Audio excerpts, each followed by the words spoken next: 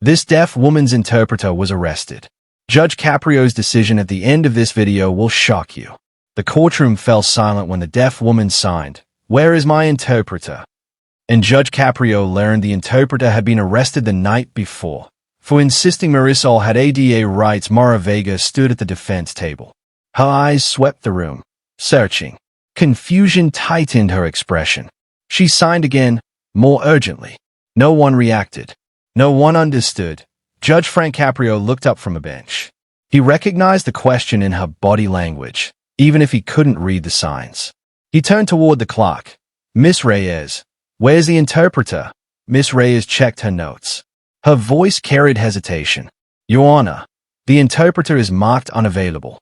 The note says she is in custody." Caprio set his pen down. Slowly. The kind of slow that meant everything had just come to a halt. "In custody," he repeated. "The interpreter who is responsible for ensuring this woman receives her constitutional right to understand these proceedings is in jail." Miss Reyes nodded. "Yes, Your Honor. The report states she was arrested last night." Caprio removed his reading glasses. He folded them once and placed them on the bench with the precision of someone who had just uncovered an injustice. "Why was she arrested?" Miss Reyes read from the screen. "The charge is obstruction of a police officer." The room went silent. Caprio leaned forward. His voice was calm, controlled, but underneath it was steel. The interpreter who was supposed to ensure this defendant could communicate with law enforcement was arrested for obstruction, while trying to ensure this defendant could communicate with law enforcement. No one responded. Marisol's hands moved again. Questions, fear, confusion. Her frustration was visible. Her isolation was absolute.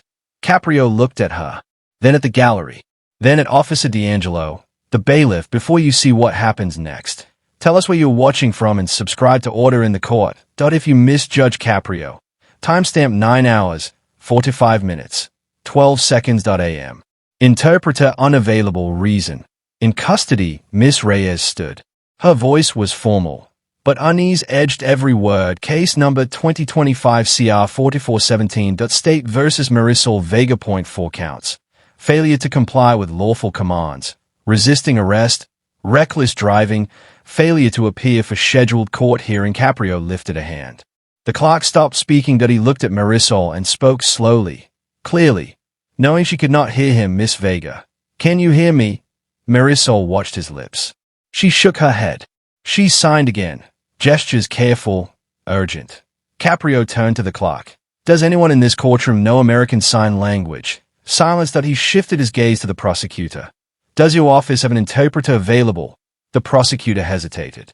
"Not immediately, Your Honor." Caprio's expression remained steady, but his voice lowered, firmer, sharper. "We cannot proceed until communication is equal. This is not optional." He looked back to Miss Reyes. "Pull the file on the interpreter's arrest. I want to know exactly why Naomi Clark is in custody and why she isn't here."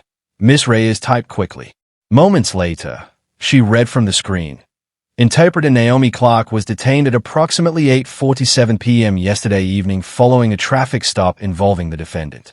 Caprio's jaw tightened as he read. Step back from the scene. The so-called scene was a deaf woman being detained without any way to understand what was happening to her, and the interpreter who tried to help was the one handcuffed. He glanced up. So, Miss Vega was pulled over. She is profoundly deaf. She requested an interpreter. The interpreter arrived, and then the interpreter was arrested for interpreting. Do I have that right? Miss Reyes nodded reluctantly. The prosecutor stood. Your Honor, the officer's report indicates. I don't care what the report indicates. Caprio cut in, voice low but edged like steel. I care what the law requires. He pointed to the thick file in front of him. And the law, the Americans with Disabilities Act, requires meaningful access to communication during any police interaction. That is not optional. That is not courtesy. That is her right. He turned to Officer D'Angelo. Bring Officer Kim into this courtroom. Now. Across the room, Marisol watched the exchange, lost in a world of silence. Her hands flickered urgently. What's happening? Why am I here? But no one could answer. The isolation wrapped around her again. Suffocating. Caprio softened only when his eyes fell on her. Miss Vega, he said quietly. Knowing she could not hear him, I'm going to make sure you understand every single thing that happens in this courtroom. That's my promise to you. Then he nodded to Reyes. Call the jail. Naomi Clark. Release her immediately and bring her here. Her obstruction charge will be reviewed within the hour. And I want a full written explanation for why a certified interpreter was arrested for doing exactly what she is trained and required to do. Reyes was already dialing. Caprio flipped deeper into the custody logs, reading what Naomi had signed through tears, written later by officers who never understood a word. She demanded ASL access for Marisol. She explained the deaf driver could not follow spoken orders. She said Marisol was reaching for her ID card stating she was deaf. She cited the ADA. She asked them to wait. She begged them to follow the law. The response: stop interfering, that you're making things harder. Step back or be arrested. She didn't step back. She stood between silence and injustice. Marisol spent the night in a cell, hands speaking to walls that never listened. She signed to officers. She signed to strangers. She signed to the darkness that N01 signed back. That a single phrase in the paperwork held the ugliness of it all. Interpreter detained. Reason: persistent demands. The doors opened. Officer Daniel Kim entered in uniform, notebook tucked tightly under his arm. He took the stand, sworn in under the eyes of a quiet fury. Caprio's tone was even. Officer Kim, tell the court what happened on November 3rd. Kim read mechanically, page by page. Speeding violation, traffic stop, commands ignored, hands reaching, backup called. Standard police script. Caprio interjected. Did the driver say anything to you? No, Your Honor. Did she gesture? Communicate in any way? Kim hesitated. She was moving her hands. Moving her hands, Caprio repeated slowly. And it never occurred to you that she might be using sign language? Kim's throat bubbed. No, Your Honor. Not at the time. Caprio didn't raise his voice. He didn't need to. What happened next, officer? Kim kept his attention fixed on his notebook. An interpreter arrived. She said she'd been contacted by someone at the scene. She approached the driver and made the same hand motions. I ordered her to step back. She refused. She insisted the driver was deaf and needed an interpreter. I told her I needed to complete the stop first. She said I could not question the driver without her interpreting. She kept insisting. She was interfering with my commands. So, I arrested her for obstruction. A silence settled. Heavy, disbelieving. Caprio's tone dropped to a near whisper. Officer, if a person cannot hear your commands, failure cannot be treated as defiance. Kim swallowed, staring at the floor. I didn't realize she was deaf until the interpreter told me. And when you learned that, Caprio asked, what did you do? I told her to step back so I could finish the stop. Caprio's stay sharpened.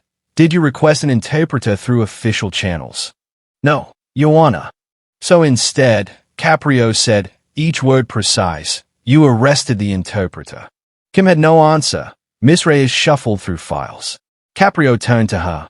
Are there any AD-related documents here? Yes, Your Honor, she replied, reading directly from the page.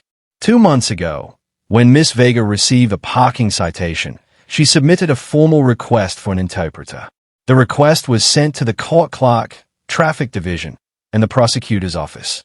It included contact information and a standing request for ASL access during any future legal interactions. Caprio froze, so the system knew. The system was notified, and the system ignored her. Reyes turned another page. There are also 3 emails from the interpreter agency asking for confirmation that an interpreter would be provided. None of them received a response. Caprio stared, stunned but composed. None answered, he murmured. Reyes continued. There's one more item. A voicemail transcript from the jail supervisor to the interpreter agency. Left at 11:03 p.m. It reads, we don't pay interpreters at night. She'll have to write notes. A cold chill ran through the gallery. Caprio's voice was quiet. Surgical rights are not a luxury item. They are not budget dependent. He faced the prosecutor. Does your office have any position on this? The prosecutor shifted, uncomfortable. Your Honor, the department is reviewing procedures. Reviewing? Caprio repeated. A woman was arrested for being deaf. An interpreter was arrested for interpreting, and we are reviewing procedures. He leaned forward, every word landing like a strike of the gavel. If you believe accessibility is a right, not a favor, order must be restored in this courtroom. As if on cue, the door opened. Naomi Clark entered, escorted by Officer D'Angelo. Her clothes were wrinkled, evidence of a night spent behind metal and concrete. But she held her shoulders high for the first time in the hearing. Caprio rose to his feet. "Miss Clark," he said, his voice rich with sincerity, "on behalf of this court, I apologize. What was done to you was wrong. What was done to Miss Vega was wrong. And I intend to ensure it never happens again." Naomi blinked back tears, but her professionalism never faltered. She nodded. Caprio motioned to the stand. "Please. I need you to interpret. And I need to hear exactly what happened." The clerk swore her in. Naomi turned to Marisol. And in that instant, the room transformed. The silence broke. The walls opened.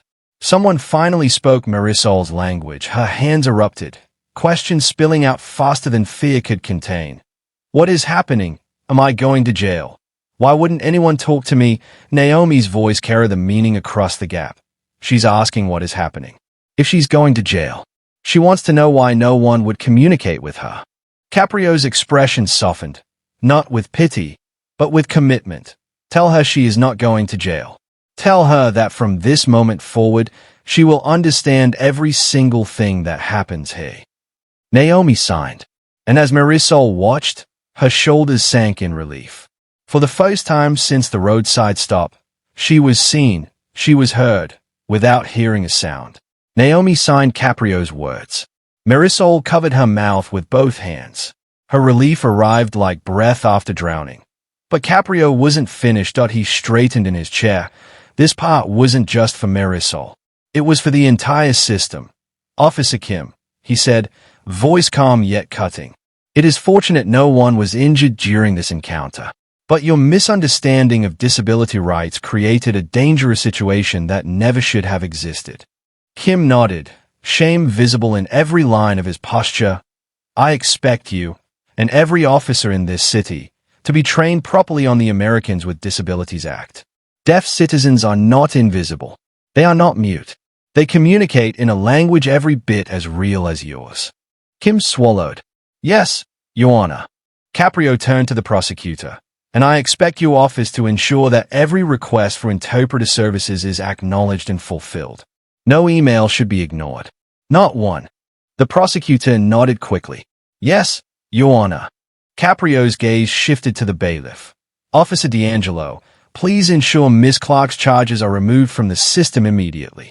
She did not obstruct justice. She was the only person protecting it that night." "Yes, Judge," D'Angelo replied. Naomi blinked rapidly, tears shining but not falling. She signed. "Thank you," Caprio responded softly. "You did your duty. You honored the law." Then, his attention returned to Marisol, the person who started all of this simply by driving home. "Miss Vega," he said gently, through Naomi's hands, "you showed extraordinary courage in a situation where your rights were ignored. This court sees you. This court hears you. And this court apologizes to you." Marisol's hands moved slowly, careful, emotional. Naomi translated. She says, "Thank you for talking to me. Thank you for seeing me. Thank you for believing me." Caprio's eyes softened. That's what justice is supposed to be. He paused. His next words were deliberate, recorded not just in transcripts but in the conscience of every person present. "This ruling is not the end. It is the beginning of reform. Providence will review every ADA procedure, every training, every jail policy, every communication protocol, until the rights of the deaf are protected in every interaction." He reached for his gavel. "Case dismissed. Miss Vega, you are free to go." Marisol exhaled a shaky breath. Her knees weakened. Naomi rushed to her side, steadying her, and as the gavel fell, bang, the courtroom didn't cheer. It exhaled. Because justice, real justice, speaks in every language, even in silence. Caprio turned to Officer Kim. His voice was firm, final. "Officer, you will complete a 40-hour ADA compliance training course. You will write a report on disability rights in policing. And you will personally apologize to both Miss Vega and Miss Clark. Kim nodded, subdued. Yes, Your Honor. Caprio shifted his focus to the prosecutor.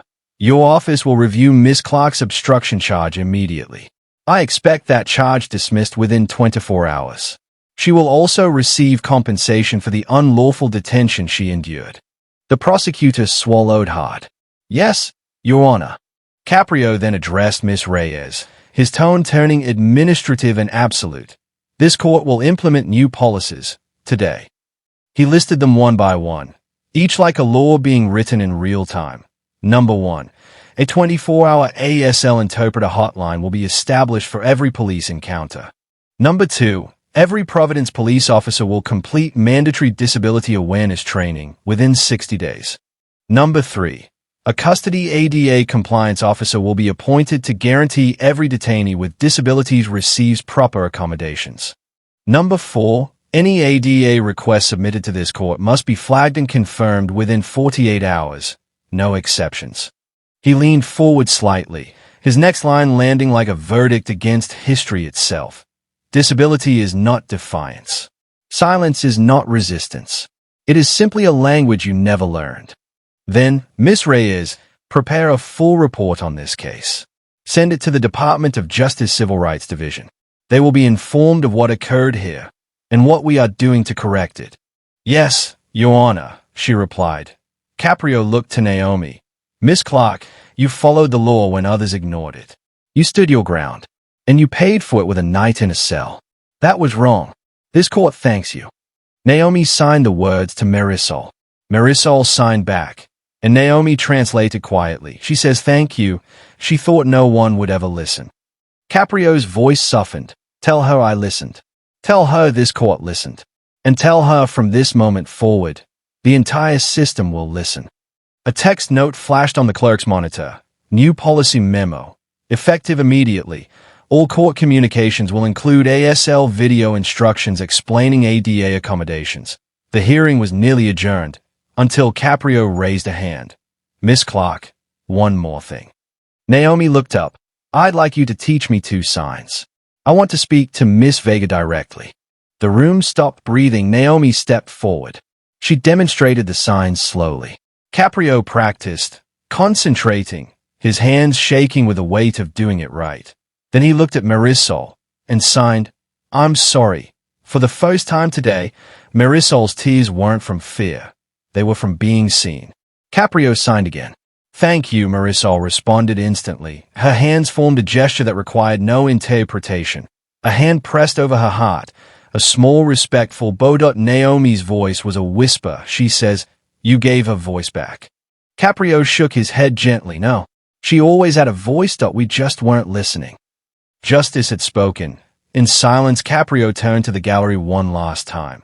If you believe justice must be accessible to everyone, subscribe. Order in the court.